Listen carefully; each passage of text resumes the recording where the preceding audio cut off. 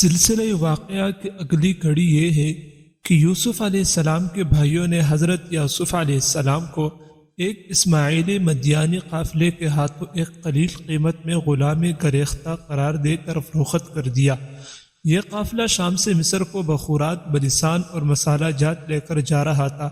بعض مفسرین نے لکھا ہے کہ یوسف علیہ السلام کو خود ان کے بھائیوں نے بھی کنویں سے نکال کر قافلے کے ہاتھوں فروخت کیا تھا، مگر مفسرین کی اس قول کی تائید و موافقت نہ تو تورات کرتی ہے اور نہ قرآن عزیز، بلکہ دونوں سے یہی معلوم ہوتا ہے کہ قافلے والوں ہی نے یوسف علیہ السلام کو کنویں سے نکالا اور اپنا غلام بنا لیا اور مال تجارت کے ساتھ اس کو بھی مصر لے گئے۔ حضرت یوسف علیہ السلام کی زندگی کا یہ پہلو اپنے اندر کس قدر عظیم انہا رکھتا ہے، اس کا اندازہ وہی کر سکتا ہے جو چشم بصیرت رکھتا ہے۔ چھوٹی سی عمر ہے، والدہ کا انتقال ہو چکا ہے، باپ کی آغوش محبت تھی وہ بھی چھوٹی، وطن چھوٹا، بھائیوں نے بے وفائی کی، آزادی کی جگہ غلامی نصیب ہو گئی، مگر ان تمام باتوں کے باوجود نہ آہ و زاری ہے اور نہ جزع و فزع۔ قسمت پر شاکر، مصائب پر صابر اور قضاء الہی پر راضی، برضائے سر نیاز خم کیے ہوئے بازار مصر میں فروخت ہونے کے لیے جا رہے ہیں۔ تقریباً 2000 سال قبل مسیح مصر تمدن و تہذیب کا گہوارہ سمجھا جاتا تھا۔ یہاں کے حکمران عمالقہ حکیسوس تھے۔ مصر کے حکمران کا لقب فرعون ہوا کرتا تھا۔ جس وقت حضرت یوسف علیہ السلام ایک غلام کی حیثیت سے مصر میں داخل ہوئے، مصر کا دار السلطنت رعمیس تھا۔ یہ غالباً اسی جگہ واقع تھا جہاں آج سان کی ہستی واقع ہے۔ ان دنوں مصر کا حکمران ریان بن ولید تھا اور بعض نے ریان بن اسید بتایا ہے۔ اتفاق کی بات ہے کہ ملک مصر کا وزیر مالیات، جس کو تورات نے فوتیفاریہ، قطفیر اور قرآن نے عزیز بتایا ہے، ایک روز بازار مصر سے گزر رہا تھا کہ اس کی نظر یوسف علیہ السلام پر پڑی، جن کی بولی لگ رہی تھی۔ لوگ بڑھ چڑھ کر قسمت لگا رہے تھے، یہاں تک کہ یوسف علیہ السلام کے وزن کے برابر سونا اور اسی کے برابر مشک اور اتنے ہی ریشمی کپڑے قیمت لگ گئی۔ یہ دولت اللہ تعالیٰ نے عزیز مصر کے لیے مقدر کی تھی۔ اس نے بڑی بھاری قیمت دے کر یوسف علیہ السلام کو خرید لیا۔ حضرت یوسف علیہ السلام کا جوانی کا عالم تھا۔ حسن و خوبروئی کا کوئی پہلو ایسا نہیں ہے جو ان کے اندر موجود نہ ہو۔ جمال اور رعنائی کا پیکر، مجسم، رخ روشن شمس و قمر کی طرح منور، عصمت و حیا کی فراوانی سونے پر سہاگا اور ہر وقت کا ساتھ۔ عزیز مصر کی بیوی دل پر قابو نہ رکھ سکی، دامن صبر ہاتھ سے چھوٹ گیا۔ یوسف پر بے ہزار جان پروانہ وار قربان ہونے لگی، مگر ابراہیم علیہ السلام کا پوتا، اسحاق اور یعقوب کا نوری دیدہ، خانوادہ نبوت کا چشم و چراغ اور منصب نبوت کے لیے منتخب بھلا، اس سے یہ کس طرح ممکن تھا کہ ناپاکی اور فحش میں مبتلا ہو اور عزیز مصر کی بیوی کے ناپاک عزم کو پورا کرے؟ لیکن مصر کی اس آزاد عورت نے جب اس طرح جادو چلتے نہ دیکھا تو ایک روز ہی بے قابو ہو کر مکان کے دروازے بند کر دیے اور اصرار کرنے لگی کہ مجھے شاد کام کر۔ حضرت یوسف علیہ السلام کے لیے یہ وقت سخت آزمائش کا تھا۔ شاہی خاندان کی نوجوان عورت شعلہ حسن سے لالا روح، محبوب نہیں بلکہ عاشق، آرائش حسن کے بے پناہ نمائش، عشوہ ترازیوں کی بارش۔ ادھر یوسف علیہ السلام خود نوجوان، دروازے بند، کسی کا نہ خوف اور نہ ڈر، مال کا خود ذمہ دار، حالات ہر طرح سازگار۔ مگر کیا حالات کی سازگاری سے یوسف نے ایک لمحہ کے لیے بھی عزیز مصر کی بیوی کی حوصلہ افزائی کی؟ کیا اس کے دل نے قرار چھوڑ کر بے قراری کی؟ کیا نفس نے ثبات قلب کو ایک لمحہ کے لیے بھی متزلزل کیا؟ نہیں، ہرگز نہیں، بلکہ اس کے برعکس اس پیکر عصمت، امین نبوت، محبت وحی الہی نے دو ایسے معقول و محکم دلائل سے اس مصری حسینہ کو سمجھانے کی کوشش کی جو ایک ایسی ہستی سے ممکن تھی جس کی تربیت براہ راست آغوش الہی میں ہوئی ہو۔ فرمایا، یہ ناممکن ہے، بے پناہ بخدا میں اور اس کی نافرمانی کروں جس کا اسم جلالت اللہ ہے اور وہ تمام کائنات کا مالک و مولا ہے؟ اور کیا میں اپنے اس مربی عزیز مصر کی امانت میں خیانت کروں جس نے غلام سمجھنے کے بجائے مجھے یہ عزت و حرمت بخشی؟ اگر میں ایسا کروں تو ظالم ٹھہروں گا اور ظالموں کے لیے انجام و معال کے اعتبار سے کبھی فلاح نہیں ہے۔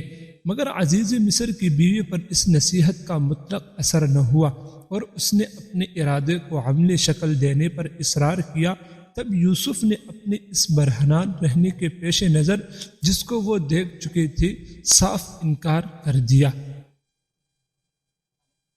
اور پسلایا یوسف کو اس عورت نے جس کے گھر میں وہ رہتی تھی، اس کے نفس کے بارے میں، اور دروازے بند کر دیے اور کہنے لگی میرے پاس آ، میرے پاس آ۔ یوسف نے کہا خدا کی بے پناہ بلا شبہ عزیز مصر میرا مربی ہے جس نے مجھے عزت سے رکھا، بلا شبہ ظالم فلاح نہیں پاتے۔ اور البتہ اس عورت نے یوسف سے ارادہ کیا اور وہ بھی ارادہ کرتے اگر اپنے پروردگار کی برہان نہ دیکھ لیتے، اور اس طرح ہوا تاکہ ہٹائے ہم ان سے برائی اور بے حیائی کو، بے شک وہ ہمارے مخلص بندوں میں ہے۔ جس برہان کو دیکھ کر حضرت یوسف علیہ السلام بدی کے ارادے سے بے باز رہے وہ کیا تھا؟ قرآن کریم نے یہ واضح نہیں کیا کہ وہ برہان رب کیا تھا۔ قرآن مجید نے اپنے بالغانہ اور معجزانہ خطابت میں خود ہی اس کو اس طرح بیان کر دیا ہے کہ اس کے بعد سوال کی گنجائش ہی باقی نہیں رہتی۔ دروازہ بند ہو جانے پر عزیز کی بیوی کو حضرت یوسف علیہ السلام نے جواب دیا۔ ایسے مقام کے لحاظ سے اس سے بہتر جواب کیا ہو سکتا تھا؟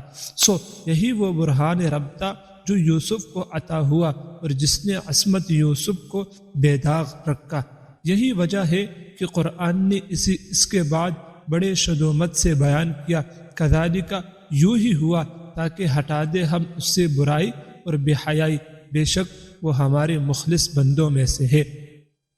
خلاصہ یہ ہے کہ حضرت یعقوب کی صورت کا نظر آنا اور ان کا اشارہ سے منع کرنا، یہ فرشتے کا ظاہر ہو کر اس کو اس سے روکنا، یا عزیز کے گھر میں رکھے ہوئے بت پر عزیز مصر کی بیوی کا پردہ ڈالنا اور حضرت یوسف علیہ السلام کا اس سے عبرت حاصل کرنا، ان تمام اقوال کے مقابلے میں برہان رب کی وہی تفسیر بہتر ہے جو قرآن عزیز کے نظم و ترتیب سے ثابت ہے، یعنی ایک ایمان باللہ کا حقیقی تصور، دوسرا مربی مجازی کے احسان کی احسان شناسی اور وصف امانت۔ بہرحال حضرت یوسف علیہ السلام جب دروازے کی طرف بھاگے تو عزیز کی بیوی نے پیچھا کیا تو دروازہ کسی طرح کھل گیا۔ سامنے عزیز مصر اور عورت کا چچا زاد بھائی کھڑے ہوئے تھے۔ عورت ان کو دیکھ کر سٹپ آ گئی اور اصل حقیقت کو چھپانے کے لیے غیظ و غضب میں آ کر کہنے لگی کہ ایسے شخص کی سزا قید خانہ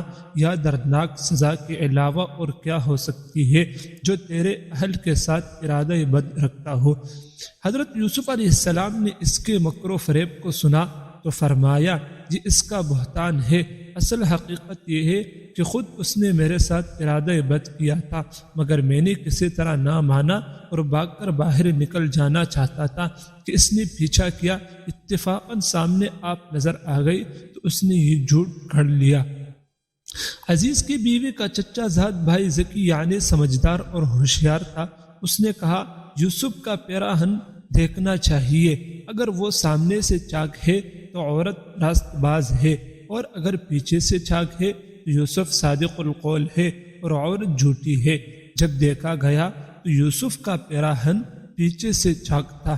عزیز مصر نے اصل حقیقت کو سمجھ لیا، مگر اپنے عزت و ناموس کے خاطر معاملے کو ختم کرتے ہوئے کہا یوسف سچے تم ہی ہو، اور اس عورت کے معاملے سے درگزر کرو اور اس کو یہی ختم کر دو۔